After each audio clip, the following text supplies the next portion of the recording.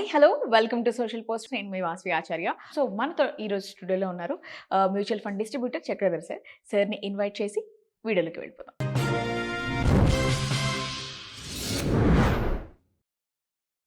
Hello sir, hello అండి. ఎలా ఉన్నారు సార్? థ్యాంక్స్ అమ్మా, బాగున్నాను. సో చాలా మంది ఐపీఓస్లో కూడా ఇన్వెస్ట్ చేయాలి అని అనుకుంటారు సార్. సో అసలు ఎలా ఇన్వెస్ట్ చేయాలి, దానికి సంబంధించి ఎలాంటి కంపెనీస్ కానివ్వండి, ఎలాంటి అవకాశాలు అందుబాటులో ఉన్నాయి సార్? చాలా మంది డ్రీమ్ ఏంటంటే ఒక ఐపీఎస్లో ఇన్వెస్ట్మెంట్ చేస్తే మనం కనుక కరెక్ట్ ఐపీఓ పట్టుకుంటే కనుక అందులో కోట్లు వచ్చేస్తాయి అన్న ఆశ అయితే అందరికీ ఉంటుంది. అవును సార్. ఎందుకంటే ప్రీ ఐపీఓస్ అనేది ఎలా ఉంటుందంటే చెప్తాను. ఫస్ట్ ఆఫ్ ఆల్ ఏంటంటే ప్రతి కంపెనీ, ఏ కంపెనీ అయినా సరే 3 స్టేజెస్ ఉంటాయి. ఫస్ట్ స్టేజ్ అంటే సీడింగ్ అంటారు. సీడింగ్ అంటే విత్తనం నాటడం. ఇప్పుడు చూడండి, ఒక ఐఐటీస్ ఉన్నారు. మనకి ఐఐటీస్ అందరూ చేసే పని ఏంటంటే ఎంటర్ప్రెన్యూర్స్ వాళ్ళు ఫస్ట్ ఏంటంటే ఒక ఆలోచిస్తారు, ఏదన్నా ఒక యాప్ క్రియేట్ చేస్తే బాగుంటుందా. ఇప్పుడు ఓలా యాప్ కానివ్వండి, ఊబర్ యాప్ కానివ్వండి, ఇట్లాంటి యాప్స్ ఉంటాయి కదా. చాలా యాప్స్ అన్ని కూడా డిజైన్ చేసేది వాళ్ళే. వాళ్ళకి మైండ్ లో థాట్ వస్తుంది, ఒక కామన్ మ్యాన్కి ఏం అవసరం ఉంది, ఆ అవసరాన్ని మనం జెప్టో మనకు కావాలంటే బ్లింకిట్ ఇలాంటి చాలా ఉన్నాయి కదా. ఇలాంటి థాట్స్ ఐఐటీస్కి వస్తాయి అన్నమాట.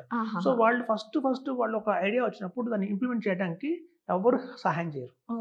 కేవలం వాళ్ళ ఫ్యామిలీ వాళ్ళు సపోర్ట్ చేయాల్సిందే. ఫైనాన్స్గా అయితే వాళ్ళు సపోర్ట్ చేసుకోవాల్సిందే. దగ్గర ఒక ఐడియాని ఇంప్లిమెంట్ చేయడానికి ఒక సీడింగ్ స్టేజ్ అంటారు, అంటే విత్తనం నాటే స్టేజ్. అది దానికి కావాల్సిన 50 లక్షలు కావచ్చు, 1 crore కావచ్చు, వాళ్ళ ఫ్యామిలీస్, వాళ్ళ ఫ్రెండ్స్ అలాంటి వాళ్ళ నుంచి తెచ్చుకుంటారు. అలా ఒక 3 years పనిచేసిన తర్వాత నాకు ఒక స్కెల్టన్ అనేది ఏర్పడుతుంది. ఓకే, మొత్తం ప్రాజెక్ట్ అయితే అయిపోయింది, దీన్ని కొంచెం ముందుకు తీసుకెళ్ళాలి, నెక్స్ట్ లెవెల్కి తీసుకెళ్ళాలి. అలా వాళ్ళే కొంత ఎంప్లాయ్మెంట్స్ ఇచ్చుకొని తక్కువలో పని చేసుకుంటూ చిన్న హైర్ చేసుకుంటారు కొంతమందిని. అలా హైర్ చేసుకున్న తర్వాత వాళ్ళు స్టార్ట్ చేస్తారు. ఒక 3 ఏళ్ళు అయిపోయింది. అయిపోయాక దానికి కొంచెం పేరు వచ్చింది మార్కెట్లో. ఓకే, ఏదో కొంచెం మంచి ప్రోడక్టే, కొంచెం క్లిక్ అయింది. ఇప్పుడు అక్కడి నుంచి నెక్స్ట్ ఎక్స్పాన్షన్ స్టేజ్ అంటారు అనమాట. ఎక్స్పాన్షన్ స్టేజ్ అంటే ఏంటంటే నెక్స్ట్ లెవెల్కి వెళ్ళాలి. వాళ్ళకి ఎంప్లాయ్మెంట్ చాలా మంది ఎంప్లాయ్మెంట్ తీసుకోవాలి, కంప్యూటర్స్, ఆఫీసు సెటప్ అంతా చేయాలి. అప్పుడు వాళ్ళకి దగ్గర మనకి ఒక 40 lakhs దాకా, 4 crores దాకా కావాల్సి వస్తుంది. 4 to 5 crores, 10 crores కూడా కావాల్సి వస్తుంది, డిపెండ్ ఆన్ ద ప్రాజెక్ట్ బట్టి. అప్పుడు ఏఐఎఫ్ అని ఒకటి ఉంటుంది, ఆల్టర్నేట్ ఇన్వెస్ట్మెంట్ ఫండ్ అని. మన మ్యూచువల్ ఫండ్స్ లో SEBI registered securitisation board of India కింద ఏఐఎఫ్ అని వస్తుంది. ఆ ఏఎఫ్ లో కేటగిరీ 2 అనే ఒక కేటగిరీ ఉంటుంది అనమాట. ఆ కేటగిరీ 2 వాళ్ళ దగ్గర నుంచి వీళ్ళకి ఫండింగ్ వస్తుంది. సో మేజర్ గా ఏఎఫ్ కేటగిరీ 2 వాళ్ళే ఇట్లాంటి వాటిలో ఎక్కువ ఇన్వెస్ట్మెంట్ చేస్తారు. ఎప్పుడంటే ఎక్స్పాన్షన్ స్టేజ్ లో. సో వాళ్ళ నుంచి వాళ్ళకి చాలా ఫండ్స్ వస్తాయి, దగ్గర 25 crores దగ్గర నుంచి 50 crores దాకా కూడా వస్తాయి. సో అట్లాంటప్పుడు వాళ్ళు కొంచెం బాగా ఎక్స్పాన్షన్కి వెళ్తారు. సో ఎక్స్పాన్షన్కి వెళ్ళినప్పుడు ఏంటంటే బాగా బ్రాండ్ వచ్చేస్తుంది, బయట మార్కెట్లో పబ్లిష్ అవుతుంది, చాలా పేరు వస్తుంది దానికి. ఇంకా ఆల్రెడీ 3 years నుంచి వాళ్ళు రన్ చేస్తారు కాబట్టి పర్ఫార్మెన్స్ చూపిస్తారు. నేను 30% గెయిన్ చేస్తున్నాం ఇయర్ ఆన్ ఇయర్, ఎక్స్పాండ్ అయిపోయింది, బ్రాండ్ వచ్చేసింది. దానికంటే సొసైటీలో ఒక గుడ్ దిప్పతి తెచ్చుకున్నారు. అది అయిపోతే గ్రోత్ స్టేజ్కి వస్తుంది, నెక్స్ట్ లెవెల్ గ్రోత్ స్టేజ్. అదే ప్రీ ఐపీఓ స్టేజ్ అనమాట. ఇంకా లాస్ట్లో ప్రీ ఐపీఓ. సో ఎప్పుడైతే ప్రీ ఐపీఓకి వచ్చిందంటే ఆల్రెడీ దానికి ఒక బ్రాండ్ అయితే ఉన్నట్టే. ఫర్ ఎగ్జాంపుల్ చూస్తాను, పర్పుల్ కంపెనీ ఒకటి ఉంది.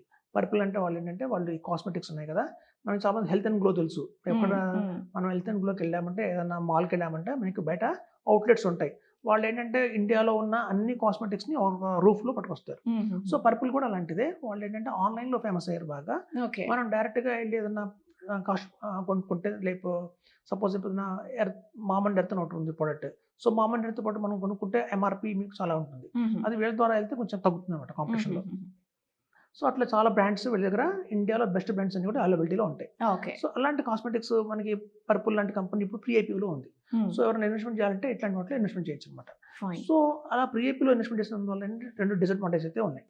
ఫస్ట్, వాళ్ళు ఐపీఓకి వచ్చేంత వరకు మనం వెయిట్ చేయాలి ఫస్ట్. సో ఎప్పుడు వస్తారో ఎవరికి తెలియదు. అది 2 years పట్టచ్చు, 3 years పట్టచ్చు. రావడం అయితే వస్తుంది, మీలాగైతే వస్తుంది, కొంచెం టైం తీసుకొని వస్తుంది.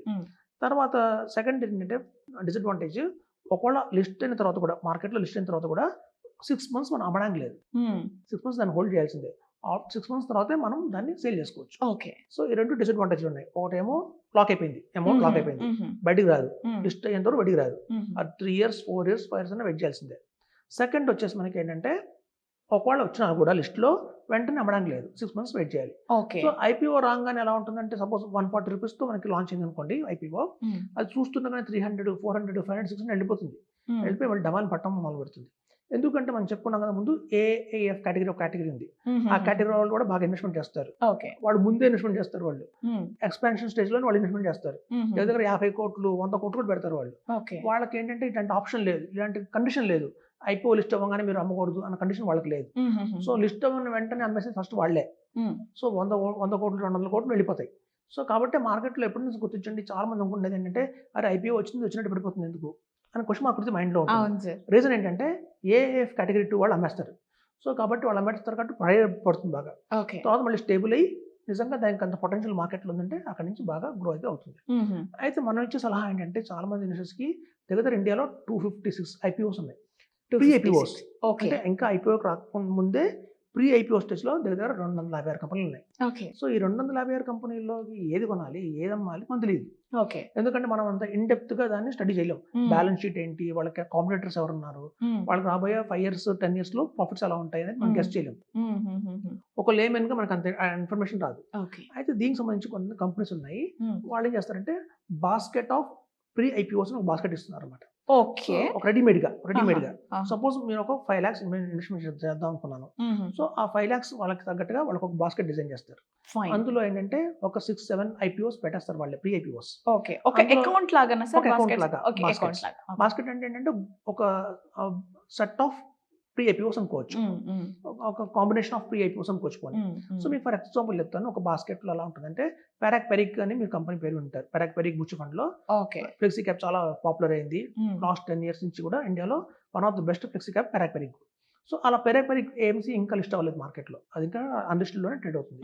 సో అట్లాంటిది మన బాస్కెట్ లో వచ్చే అవకాశం ఉంది. తర్వాత మీకు ఈఎస్డిఎస్ అనే సాఫ్ట్వేర్ కంపెనీ ఉంది. ఈ ఈఎస్డిఎస్ సాఫ్ట్వేర్ కంపెనీ పేరు కూడా చాలా మంది వినుండరు.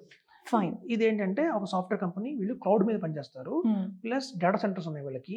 రాబోయేదంతా ఏ టెక్నాలజీ కాబట్టి ఆ ఏ టెక్నాలజీ అంతా వీళ్ళే మేనేజ్ చేస్తారు. చాలా మటుకు గవర్నమెంట్ కంపెనీస్ వెబ్సైట్స్ మేనేజ్ చేసేది వీళ్ళే. So one of the best company ఇది ఈఎస్డిఎస్. ఇప్పుడు మనం చెప్పిన తర్వాత గూగుల్ కొడతారు అందరూ, అవును సార్ కామన్ ఏంటి అని. సో ఇది one of the best software company. అది కూడా ఇవాళ అన్లిస్టెడ్ లోనే అవైలబుల్ లో ఉంది. ఇంకా అది కూడా అన్లిస్టెడ్ స్టాకే, ఐపీఓకి ఇంకా రాలేదు. సో అలాంటి కంపెనీ పెడతారు. ఇంకా ఆర్బిస్ ఫైనాన్షియల్స్ అనే కంపెనీ ఉంది. వీళ్ళు ఒక కస్టోడియన్ లాగా పనిచేస్తారు అనమాట. చాలా కంపెనీస్ కి కస్టోడియన్. ఇప్పుడు చాలా పీఎంఎస్ కంపెనీస్కి ఏంటంటే కొంతమంది హెచ్డిఎఫ్సి బ్యాంక్ ని కస్టోడియన్ గా పెట్టుకుంటారు. అలాగే కొంతమంది ఏంటంటే ఐసిఐసిఐ బ్యాంక్, కోటక్ బ్యాంక్ ని కస్టోడియన్స్ గా పెట్టుకుంటారు అనమాట. అంటే వాళ్ళు మేనేజ్ చేయకూడదు, ఒక థర్డ్ పార్టీ వాళ్ళు మేనేజ్ చేయాలి ఫండ్స్ ని. సో అట్లా ఈ ఆర్బిస్ ఫైనాన్షియల్స్ కూడా అలాంటి కస్టోడియన్ కిందే వస్తుంది. అది మంచి కంపెనీయే. తర్వాత చూస్తే మీకు ఇంకా చెప్పాలంటే ఎట్లాంటి పర్పుల్, ఇందాక మనం డిస్కస్ చేసాం, పర్పుల్ కూడా మనకి ప్రీ ఐపీఓ అన్లిస్టెడ్ స్టాక్ లోనే ఉంది. సో అలాంటిది పెడతారు. ఇంకోటి డిఫెన్స్ సంబంధించి గుడ్ లక్ కంపెనీ ఒకటి ఉంది. సో గుడ్ లక్ వాళ్ళు డిఫెన్స్ లో కూడా ఏరోస్పేస్ లో బాగా రాణించిన కంపెనీ, అది కూడా మనకి ప్రీ ఐపీఓ లోనే ఉంది. సో ఇక్కడ చూస్తే మీకు ఇట్లా OYO rooms. So OYO rooms అనేది చాలా ఫేమస్, ఇండియా మొత్తం కూడా ఓయో రూమ్స్ ఉన్నాయి. వాళ్ళు కూడా ఇంకా అన్లిస్టెడ్ లోనే ఉన్నాయి. వాళ్ళు కూడా రేపు ఐపీఓకి రాబోతున్నారు. సో అట్లాంటిది ఒకటి పెడుతున్నాం. సో ఇక్కడ మనం బాస్కెట్ లో ఏంటంటే ఒక ఫార్మా కంపెనీ, ఒక ఐటీ కంపెనీ, ఒక డిఫెన్స్ కంపెనీ, ఒక ఓయో రూమ్స్ లాంటి హాస్పిటాలిటీ కంపెనీ, ఇట్లా అన్ని రకాల కంపెనీస్ ని, రకరకాల కంపెనీస్ ని రకరకాల సెక్టర్స్ నుంచి కూడా ఐడెంటిఫై చేసి ఓకే రాబోయే రోజుల్లో ఈ ఒక బెస్ట్ ప్రీ ఐపీఓస్ అని చెప్పి మనం ఒక బాస్కెట్ తయారు చేసి క్లయింట్స్కి ఇస్తున్నాం. సో దీనికి సంబంధించిన డిమాట్ అకౌంట్ వాళ్ళకి ఎక్కడున్నా పర్వాలేదు. మన కంపెనీకి అమౌంట్ వస్తే మినిమం 2 lakhs అయితే ఇన్వెస్ట్మెంట్ చేయాలి. 10 lakhs చేసే వాళ్ళు ఉన్నారు, 20 lakhs చేసే వాళ్ళు ఉన్నారు.